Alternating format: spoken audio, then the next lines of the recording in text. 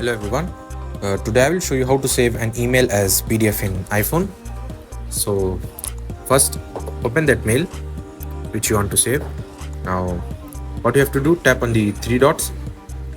Now tap on print all. Now as you can see, it is now showing to select the page. Select which page you want to save. Let's say I just want to only save these 3 pages. So select it. Now tap on the share icon. Now it is converted into PDF. Now tap on save to files. Now tap on save. That's it. Now go to your files. As you can see, this mail has been saved. Open it. Now as you can see, it is saved as PDF. So that's it. Thanks for watching. See you in next tutorial.